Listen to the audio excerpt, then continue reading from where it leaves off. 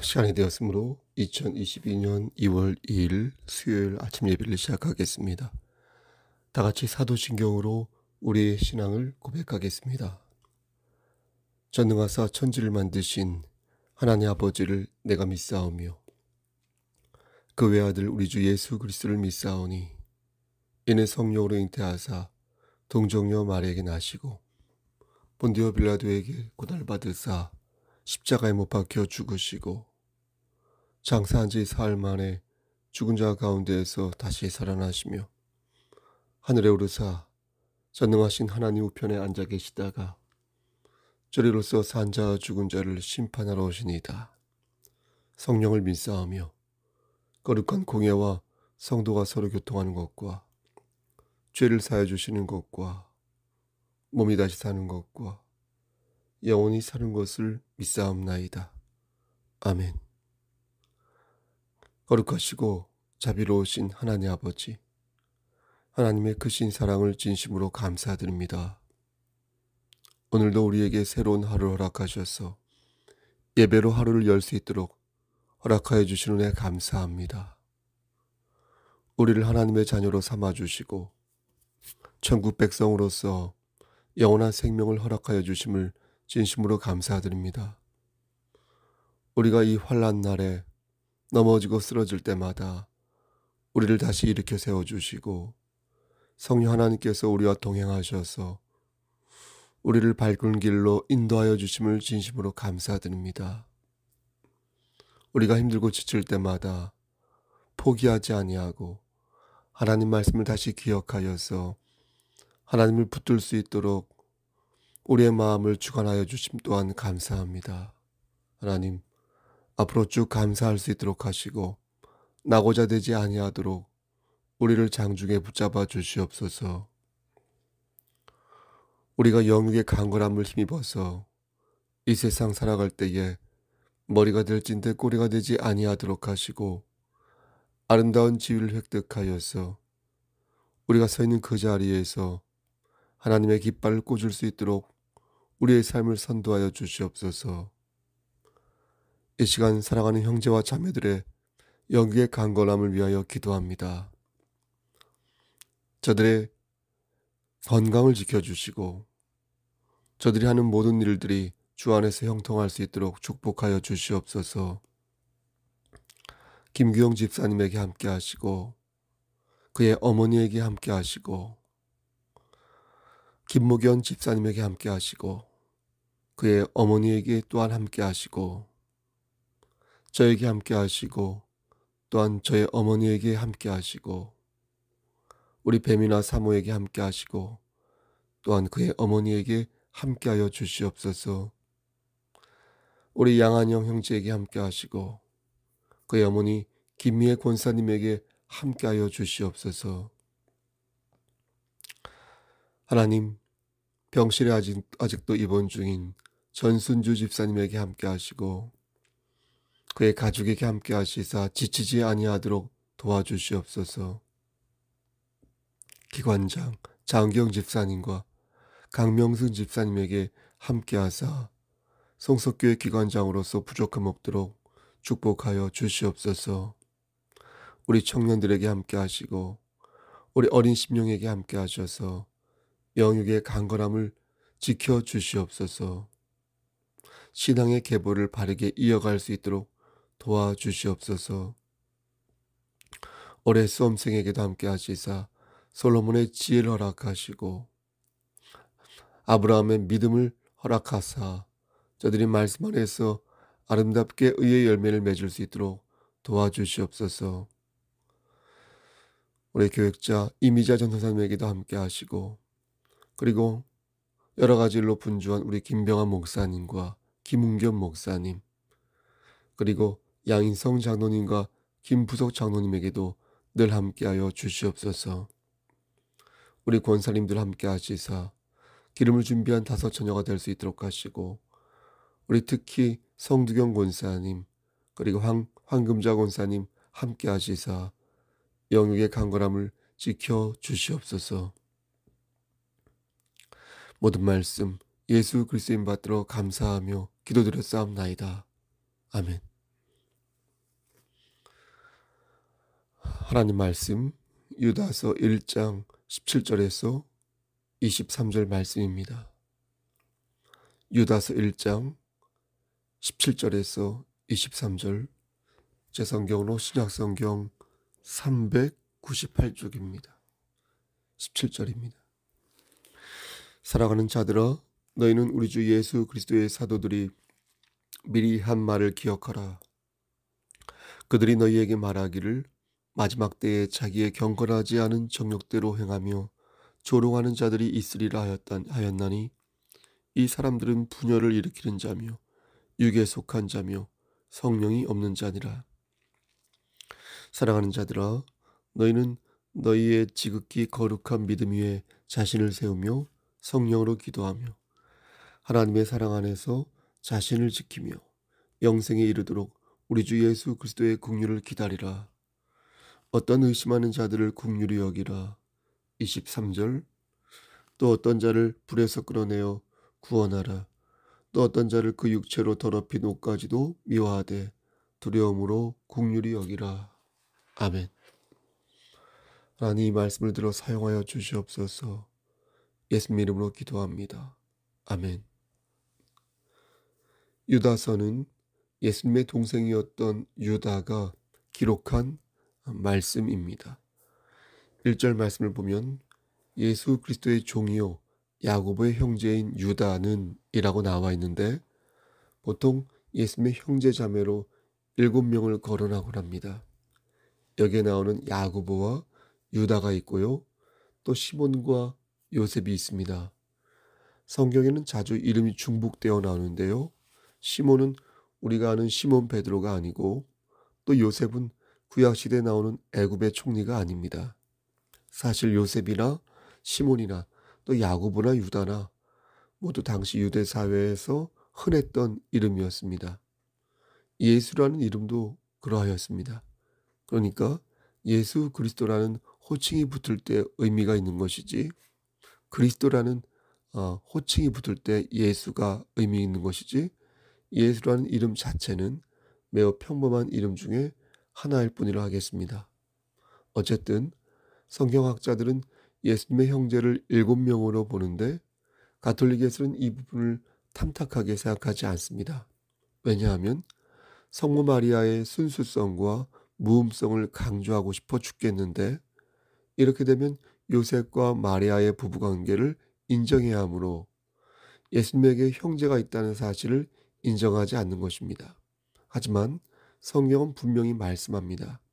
마태복음 13장 53절 이하의 말씀을 보면 예수님께서 가라지와 천국의 비유를 드시는 대목이 나오는데, 비유를 마치시고 고향으로 돌아가시는 장면이 나옵니다.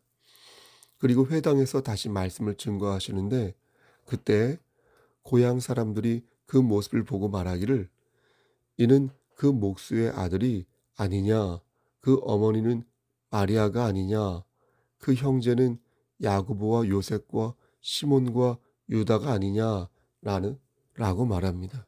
그러면서 그 누이들은 다 우리와 함께 있는데 이 모든 것이 어디서 난 것이냐 라고 묻습니다. 이것을 보아 예수님에게는 동생들이 있었음을 분명히 알 수가 있는 것입니다. 그런데 이것을 부정하고 있으니 가톨릭은 마리아의 신성을 강조하려다 보니 결국 말씀까지 왜곡하는 중차대한 잘못을 범하고 있는 것입니다. 그 말은 마리아를 존경할 뿐이라고 말하죠. 하지만 그들의 교리를 보면 전혀 그렇지 않다. 그러니 솔직해지실 것을 저는 요청하는 것입니다. 예수님께서는 유독 고향에서 배척을 당하셨습니다. 예수님의 형제 야고보도 그중 한 사람이었습니다. 처음에 야고보는 예수님을 하나님으로 믿지 않았습니다. 예수님이 부활하시고 나서야 그분을 하나님으로 믿었습니다. 교회 전승을 보면 예수님께서 부활하시고 나서 그의 동생들을 찾아오는 대목이 있습니다. 동생들은 그때 비로소 예수님이 그리스도라는 사실을 믿게 되었고, 그들은 그 시점에 원시 그리스도 교단에 가입을 한 것입니다. 우리가 명심해야 할 것은 예수님은 하나님이시지만 인간의 육신을 갖고 태어나신 분이라는 겁니다. 예수님에게는 분명 육신의 아버지인 요셉과 어머니인 마리아가 있었습니다. 뿐만 아니라 말씀드린 것처럼 동생들도 있었습니다. 이러다 보니 자꾸만 예수님의 육적인 모습을 감추려고 하는 그런 경향들이 나타나기 시작했습니다. 그들 딴에는 예수님의 신성을 강조하려다 보니 자연스럽게 예수님의 인성을 가리게 된 것이지만, 시간이 지나면서 이 부분은 의도적으로 은폐되거나 이 부분이 왜곡되기 시작했습니다. 신학자들은 이것을 영지주의라고 부르는데, 이는 예수 그리스도의 인성을 부인하는 사상입니다.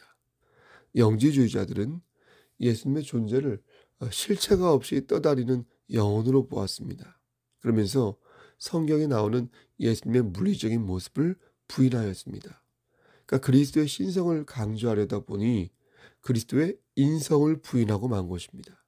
그들은 육적인 모든 것들을 부정한 것으로 보았기에 하나님이신 그리스도가 부정한 육체와 그런 성정을 지녔을 리 없다고 생각했습니다. 하지만 예수 그리스도는 인간의 몸을 가지고 이 땅에 태어나셨습니다. 아멘. 이것은 성경에 자명하게 나오는 명백한 사실입니다. 예수 그리스도께서 인간의 몸으로 태어나신 이유는 우리의 죄를 제대로 대속하기 위해 그러신 것입니다. 우리와 똑같은 몸으로 태어나셔서 우리의 죄를 온당하게 감당하기 위해 인간의 몸으로 태어나신 것이고, 그럼으로써 구원의 지평을 열어놓으신 것입니다. 오늘 본문인 유다서가 기록된 목적은 바로 이러한 영지주의를 척결하고 교회 안에서 믿음의 도를 바르게 세우기 위함이었습니다. 당시 초대교회에는 영지주의 세력이 판을 치고 있었고요. 사도들은 이에 믿음의 도를 얼른 세워서 교회를 지켜야겠다라고 생각했습니다.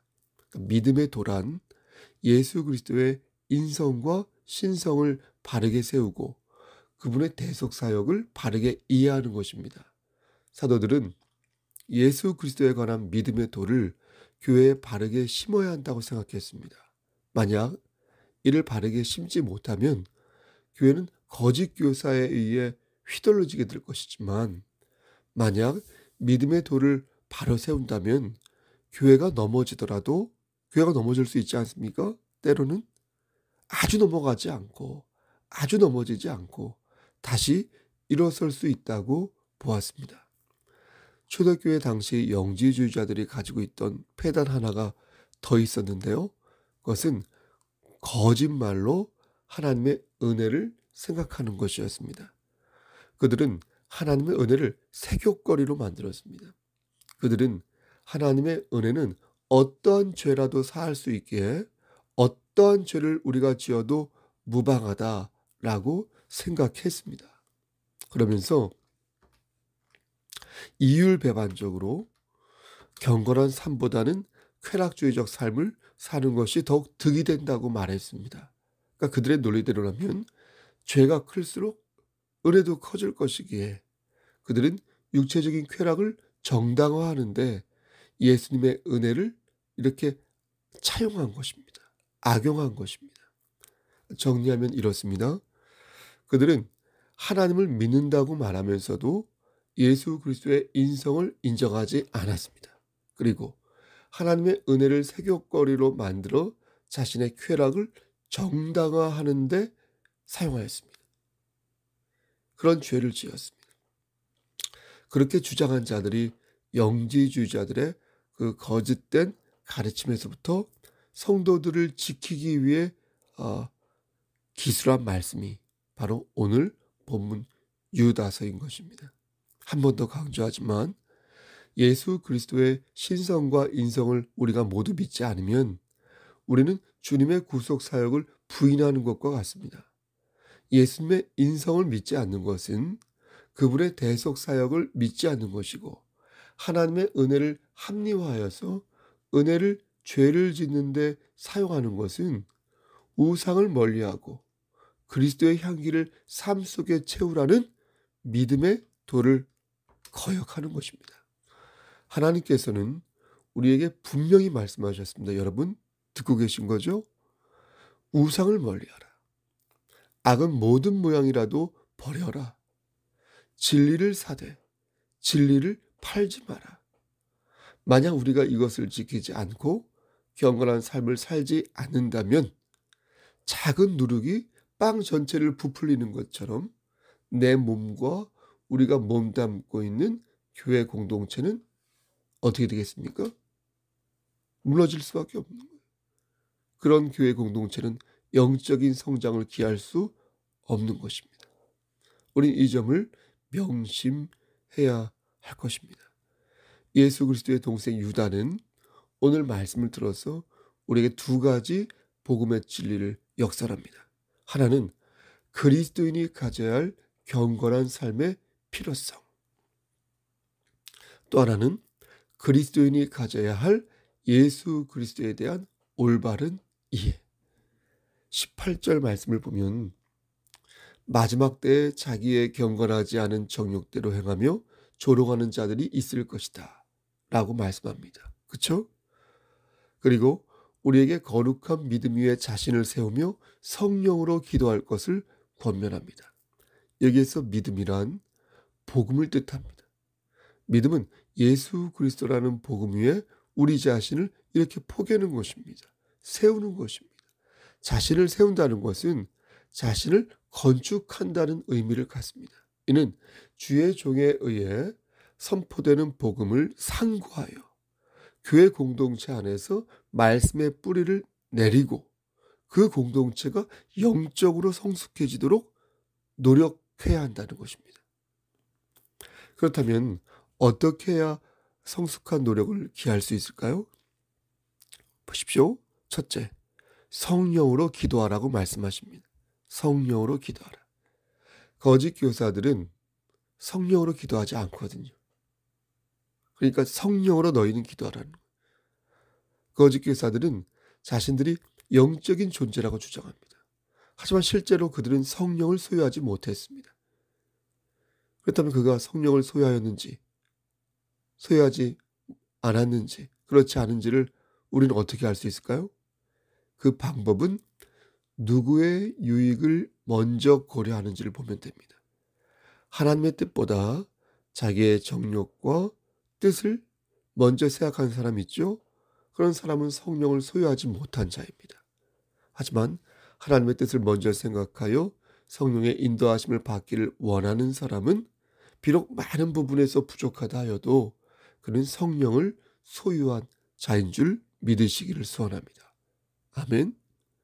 성령을 소유한 자는 하나님의 뜻을 먼저 부를 줄 알며 성령으로 기도할 줄 압니다. 성령을 가졌다는 것은 나를 버리고 하나님을 채우는 것입니다. 하나님의 뜻을 먼저 부를 때 자연스럽게 성령으로 나를 채울 수 있으며 그것은 하나님의 절대적인 주권을 인정하는 자세로 마치 한 알의 밀알이 썩어져 열매를 맺는 것처럼 전심으로 성령의 열매를 삶의 현장에서 맺게 되는 것입니다. 성숙한 노력을 기울이는 둘째 방법은 하나님의 사랑 안에서 자신을 지키는 것입니다. 하나님의 사랑이란 아시다시피 독생자 예수 그리스도를 대속하여 주심으로 절정을 이루었습니다.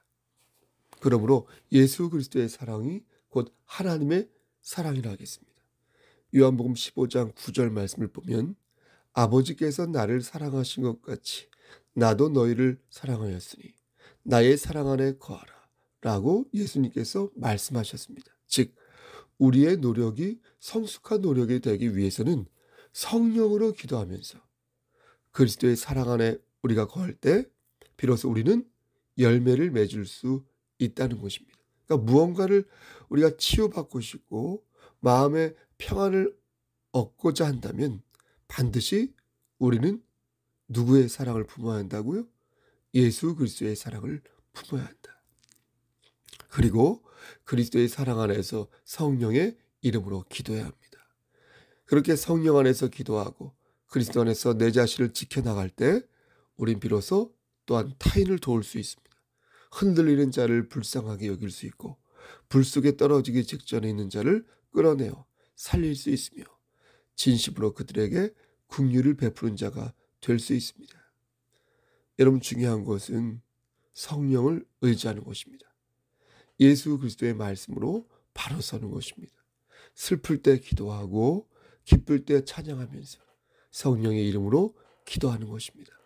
성령을 소유한다는 것은 성령을 갖는다는 말이 아니라 하나님의 뜻을 먼저 물으며 예수 그리스도를 닮기 위해 최선의 노력을 다한다는 것입니다.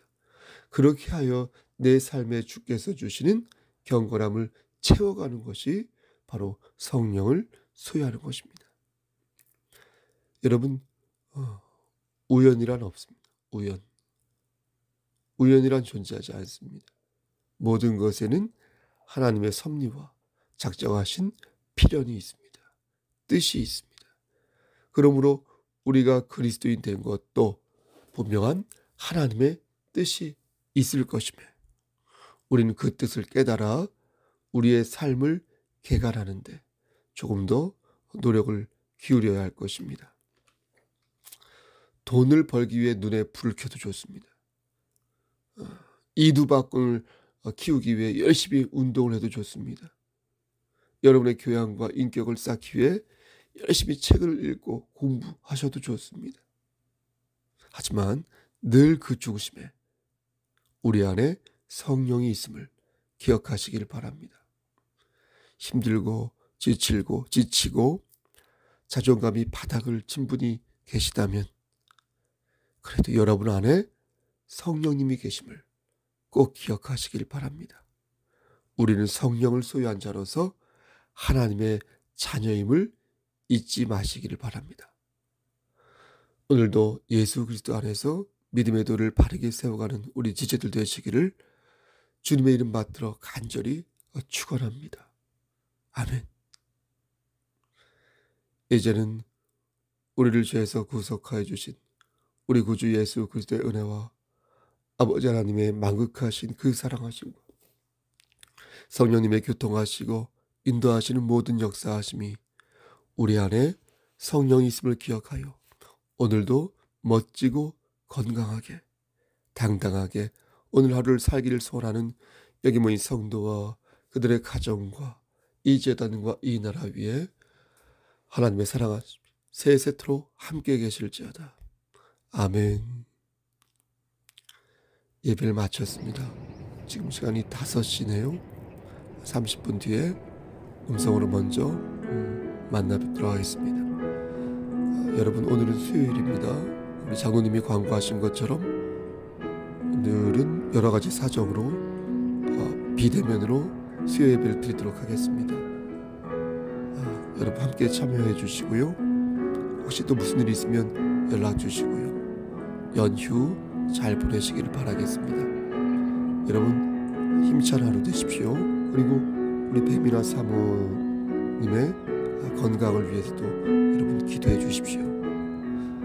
샬롬.